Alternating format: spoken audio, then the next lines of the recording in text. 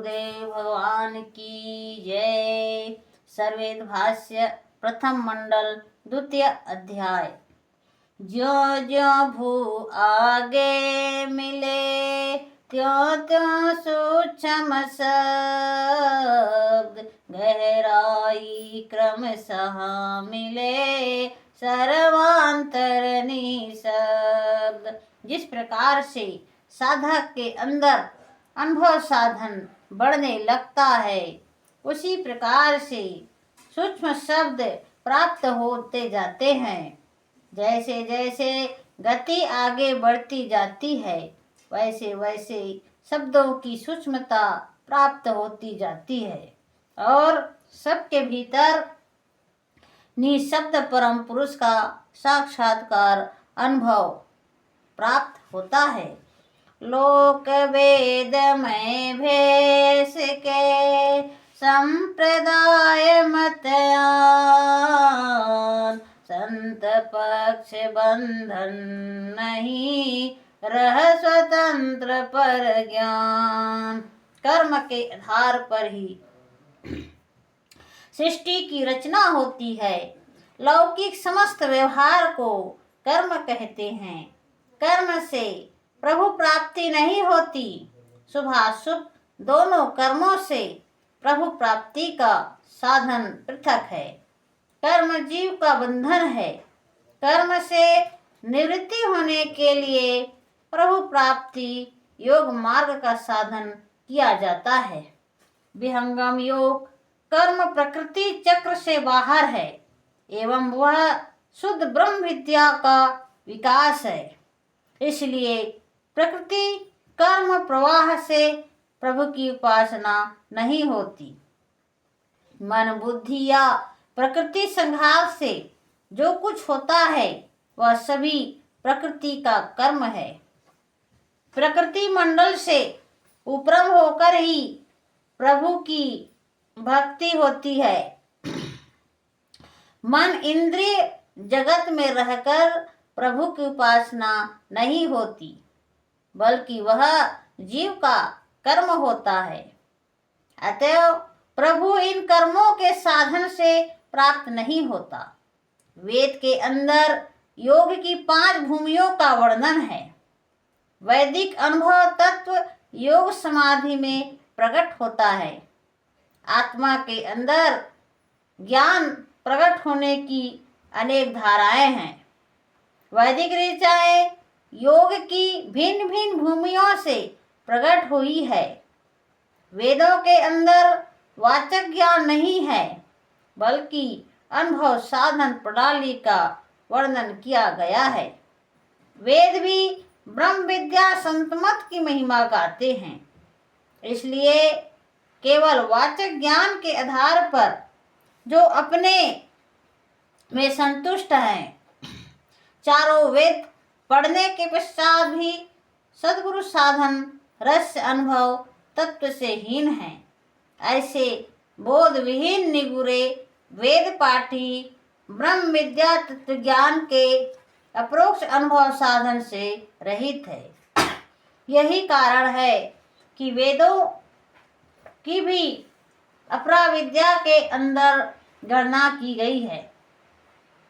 यदि वेद के पढ़ने से ही पूर्ण ज्ञान की प्राप्ति होती तब वेदों को अपरा विद्या में गणना कर ब्रह्म विद्या की प्राप्ति के लिए परा विद्या की आवश्यकता क्यों बतलाई जाती।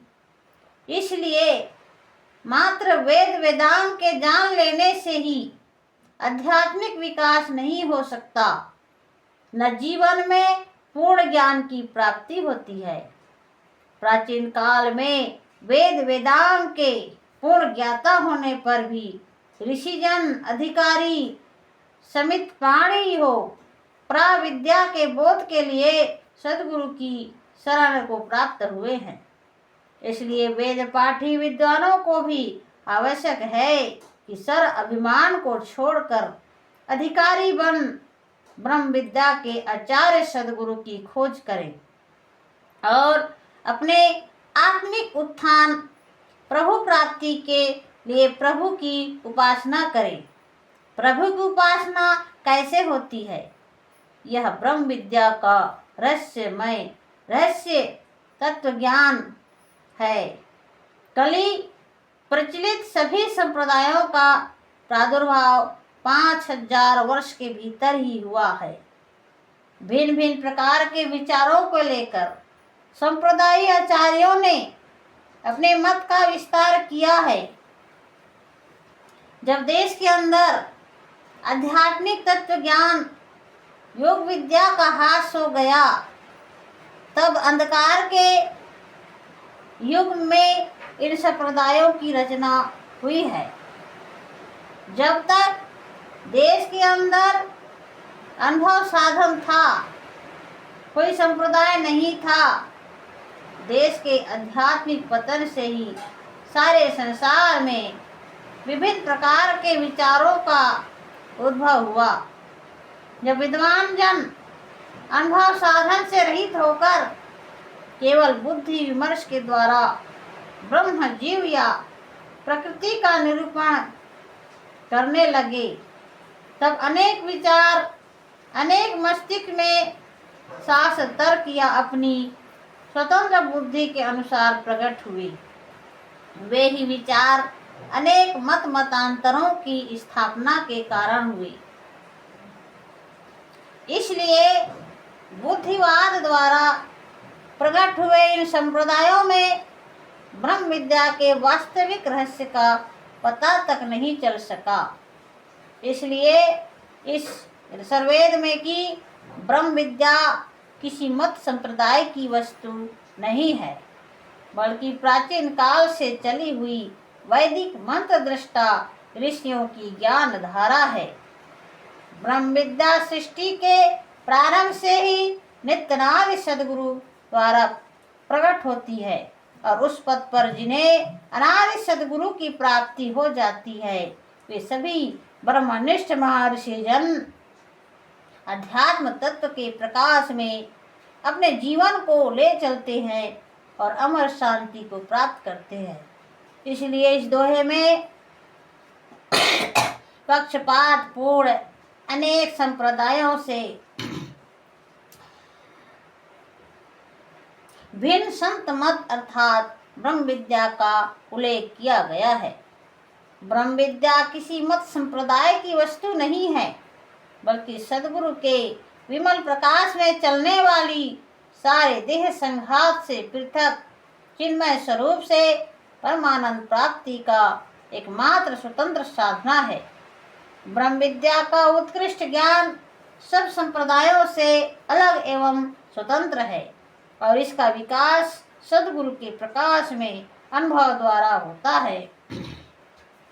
सद्गुरु युक्ति विधान से सुषमन समगति होय, सहज योग अभ्यास है सब योगन पर सोय। सद्गुरु की युक्ति और उनके नियम आदेश के अनुसार सुषमना की गति एक रूप से चलने लगती है। सुषमना हो जाने पर उसका प्रवाह निष्दिन योगियों में हुआ रहता है। हठ योगी चिरकाल तक प्राणायाम कुंभक करके सुषमना की गति में अपने प्राण को स्थिर करता है। सुषमन होने पर ही प्राण स्थिर होंगे। प्राण के स्थिर होने पर ही उसका प्रवाह लगातार एक रूप से चलेगा। यह अनुभव युक्ति सद्गुरु द्वारा प्राप्त होता है, और विशेष पद अधिकारी को सद्गुरु स्वयं सुषमन प्रवाह कर उसकी आत्मा में अपना समस्त ज्ञान और बल प्रकट कर देते हैं। यह क्रिया विहंगम योगी सद्गुरु ही करते हैं। यह सहज योग, जिसे योग भी कहते हैं, सभी योगों से उत्कृष्ट तथा अलौकिक है। सहज योग का अभ्यास प्राण मुद्रा एवं कुंभक के बिना ही स्वाभाविक रूप से सुषुम्ना में स्थिर होने पर चलता है। इसलिए इस योग को सहज योग कहते हैं। सहज योग और विहंगम योग दोनों एक अर्थ के वाचक शब्द हैं। योग की एक ही भूमि पर सहज रूप में आत्मा की शक्ति निराधार आकाश को गमन करती है। इसलिए इस सहज योग को दूसरे शब्दों में विहंगम योग भी कहते हैं। रात दिवस एक तार में रहे निरंतर लाग, वे पल भर बिछुड़े नहीं भजन विरह अनुराग। अपने परम प्रभु में एक तार से निरंतर लगा रहे, दोनों का संबंध तार एक पल भी बिछुड़े नहीं अर्थात नहीं छूट सके। यही विरह और पूर्ण श्रद्धा युक्त भजन है। एक श्वासा भी प्रभु के अतिरिक्त दूसरे पदार्थ में ना जाए। रात दिवस निरंतर एक रूप में उस प्रभु का संबंध लगा रहे, ऐसी स्थिति को भजन कहते हैं। चलत फिरत उठत बैठत, चलत फिरत बैठत उठत, लगन में सुरति समार, धन्य संयमी संत है पावे जग करतार। भजन तभी होता है जब उस परम प्रभु में लगातार एक रूप से चलते फिरते उड़ते बैठते आठों याम सुरति गुरु लक्ष्य में लगी हुई है। जब एक तार निरंतर प्रवाह उस प्रभु में चलता है, तभी वह संयमी साधक परम पुरुष जग रचयिता को प्राप्त करता है। योगी की समाधि अनुष्ठान में बाहर एक पल भी श्वासा नहीं जाती। वह अहिर्निश उस परम प्रभु में लगी रहती है। यही भक्ति का शुद्ध स्वरूप है। इस ग्रंथ के रचयिता सदगुरुदेव जी की गुहा अनुष्ठान काल में ऐसी ही स्थिति रही है। इसकी चर्चा उस काल के देखे हुए प्रेमी सज्जन करते हैं।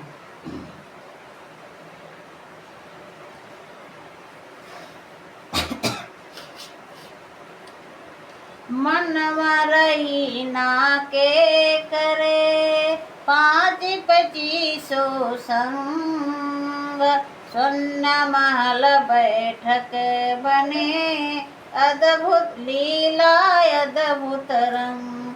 मन और विषय भोग प्रपंचों को उनके मूल कारण में लय एवं शांत करके योगी अपने स्वरूप में स्थित होकर योग के अद्भुत दृश्यों को देखता है।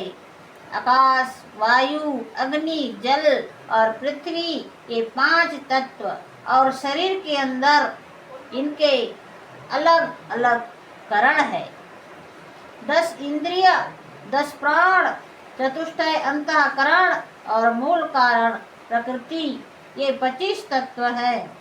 शून्य महल योग की पवित्र भूमि है, जहाँ से आत्मा परमानंद का आस्वादन करती है। स्मरण नहीं कोई तत्व का, केवल मायु ज्ञान, अंतर में अंतर मिले अनुभव भजन प्रमाण। जब योगी प्रकृति आधार छोड़कर अनात्म जगत से पृथक होकर शुद्ध रूप में आ जाता है, तो प्राकृतिक समस्त विषयों का राग अर्थात स्मरण नहीं रहता। एकमात्र शब्द पर ब्रह्म का ही ज्ञान रहता है। आत्मा अपने अंतरात्मा पर ब्रह्म से मिलकर उसके स्वरूप का साक्षात्कार करती है। प्रकृति को छोड़कर शुद्ध आत्म स्वरूप से ही प्रभु का भजन होता है। उसी को अनुभव कहते हैं। अंतरस्थित पदार्थ का ज्ञान करना ही अनुभव है। आत्मा के अंदर पर ब्रह्म का साक्षात्कार ज्ञान रखना ही अनुभव है। अनुभव में पूर्णता प्राप्त हो जाती है और समस्त विषयों का प्रत्यक्ष ज्ञान हो जाता है। यही अनुभव भजन का लक्षण है और योगियों के निर्भ्रांत तत्व ज्ञान का प्रमाण है। चिंता चाहन अन्य है, केवल शब्द आधार। अंतःकरण पवित्र है, शुद्ध हंस वही पार। जिसे किसी पदार्थ की इच्छा और उसकी प्राप्ति की चिंता नहीं है, मात्र शब्द ब्रह्म का चिंतन और अवलंबन है, वही अंतःकरण का पवित्र शुद्ध हंस इस संसार सागर को पार करता है। संप्रदाय मत भेष जग मानव पवन के साथ।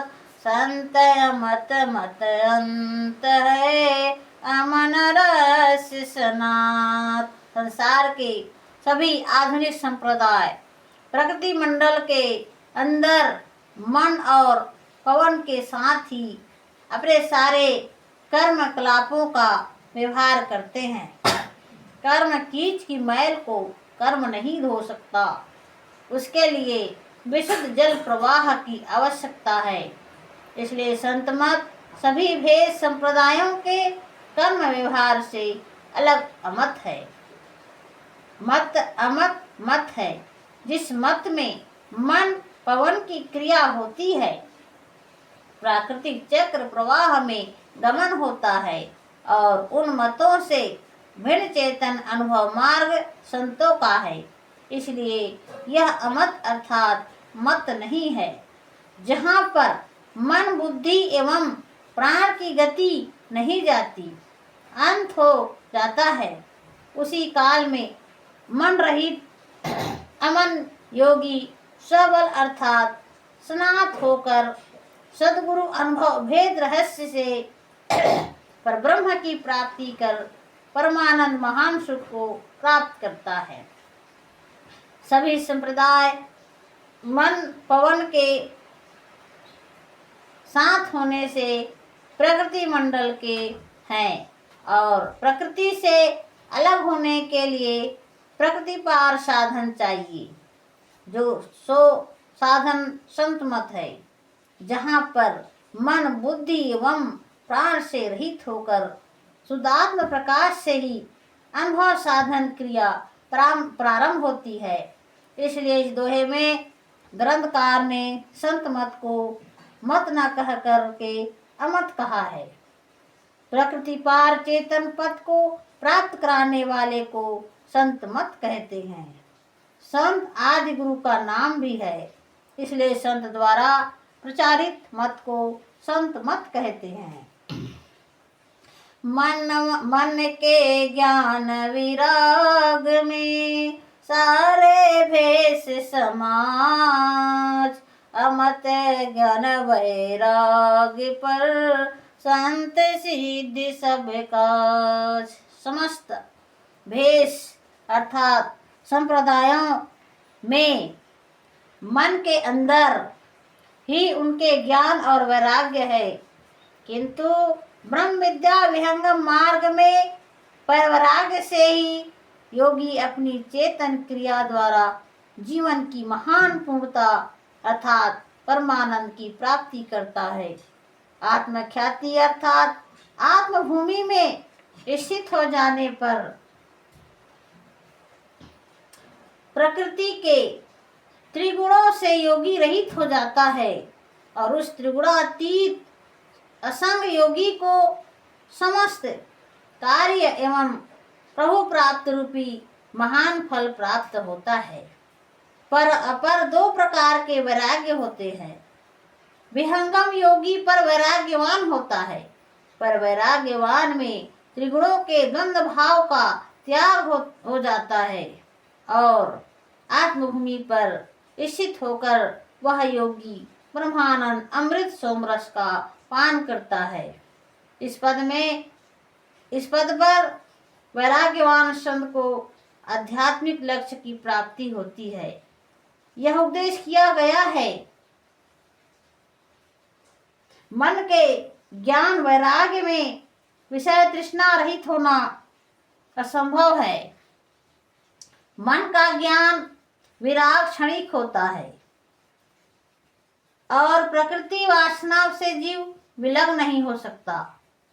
विहंगम योग की प्रारंभिक अवस्था में ही मन का साथ छूट जाता है और वह पर वैराग्यवान आत्मभूमि से ही पर ब्रह्म प्राप्ति के लिए प्रयत्न करने लगता है। इसलिए विशुद्ध पद अमत संत मत श्रेष्ठ था माननीय है। साधन मन के साथ है तब तक भक्ति नाही, निर्मल ऊर्ध्व प्रवाह में अमन भक्ति घट माही। मन के साथ जब तक साधन होता है तब तक भक्ति नहीं होती। मन का साथ छूट जाने पर चेतन आत्मिक शक्ति का पवित्र विकास प्रारंभ होता है। मन का साथ छूट जाने पर चेतन शक्ति का ऊर्ध्व प्रवाह होने लगता है। मन के साथ आत्मिक शक्ति का अर्धमुख प्रवाह रहता है और इसका साथ छूट जाने पर चेतन ऊर्ध्व प्रवाह प्रवाहित होने लगता है। उस मन रहित अमन अवस्था में इस शरीर के अंदर रहने वाले सारे देह संघात का स्वामी आत्मा भक्ति का संपादन करती है, अर्थात इसमें भक्ति शुद्ध रूप से प्रकट होती है। शुद्ध आत्मा से प्राप्ति के लिए जो प्रयत्न होता है उसे भक्ति कहते हैं। भक्ति में मन बुद्धि प्राण और इंद्रिय जगत के समस्त कर्म छूट जाते हैं। वाणी अनहद अजपा शून्य एवं लय सभी का संबंध छूट जाता है और ईश्वर के प्रति एक अनन्य अवस्था प्राप्त होती है। उस प्रेम की प्रगाढ़ अवस्था को भक्ति कहते हैं। प्रेम की 3 अवस्थाएं होती है। अंतिम अवस्था में आत्मा की एक अनन्य स्थिति प्राप्त होती है। भक्ति की यही सर्वोत्कृष्ट भूमि है जहाँ पर एक अनन्य आराध्य के अतिरिक्त दूसरी कोई वस्तु आत्म अनुभव में नहीं रहती। कपट छिद्र छल त्याज के सच्चे दिल प्रभु धार, खुला हृदय प्रभु भजन में निर्वास ना पर। विश्व में सत्य व्यवहार ना होने से सब में अशांति द्वंद्व होते हैं। व्यवहार समाज तथा धर्म में सच्चाई के साथ व्यवहार किया जाए तो किसी को किसी प्रकार की कार्य वृद्धि और उन्नति में बाधा ना पड़े। छल कपट एवं देश बुद्धि से मानव समाज पीड़ित है। इसी प्रकार अध्यात्म क्षेत्र में आगे बढ़ने के लिए आवश्यक है कि वे इन संसारी व्यवहारों को छोड़कर शुद्ध हृदय से अध्यात्म पथ पर चले। कपट छल एवं द्वेष को त्याग करके ही शुद्ध आत्मा से प्रभु की भक्ति धारण की जाती है। जिसके अंदर ये दोष है वह कभी भी अध्यात्म की ऊंचा शिखा को प्राप्त नहीं कर सकता। शुद्ध हृदय से संसार की समस्त वासनाओं से रहित होकर प्रभु का भजन होता है। राग द्वेष मोह एवं भोग वासना या संसार की मान प्रतिष्ठा की शुद्ध भावना से रहित होकर प्रभु का भजन होता है। तभी सत्य सुख की प्राप्ति से जीवन निर्विघ्न शांत और आनंदित होता है। ऊर्ध्व लक्ष्य साधने चले अर्ध मनन मन मीत, विजय प्राप्त रणधीर की मन जीते जग जीत। जीव का प्रबल शत्रु मन है। मन के अंदर की ही समस्त संसार का साम्राज्य है। मन के वेग में पड़कर जीव आवागमन और त्रिताप दुख में चिरकाल से पड़ा हुआ है। जब साधक अपने लक्ष्य में मन को ऊपर ले जाता है तब मन भोगे हुए विषयों का मनन करके नीचे चला आता है।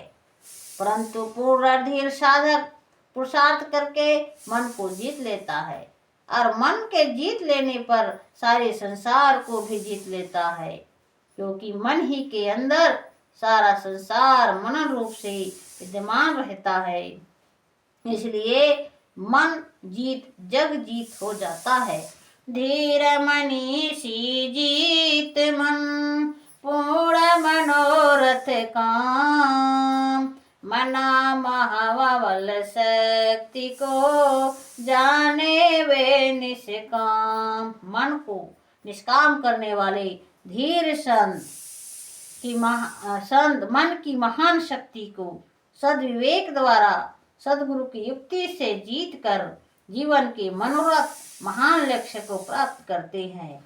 मन पर विजयी होए कर ब्रह्म प्राप्ति कर सम, मन वांछित फल वे मिले नर जीवन कर अम।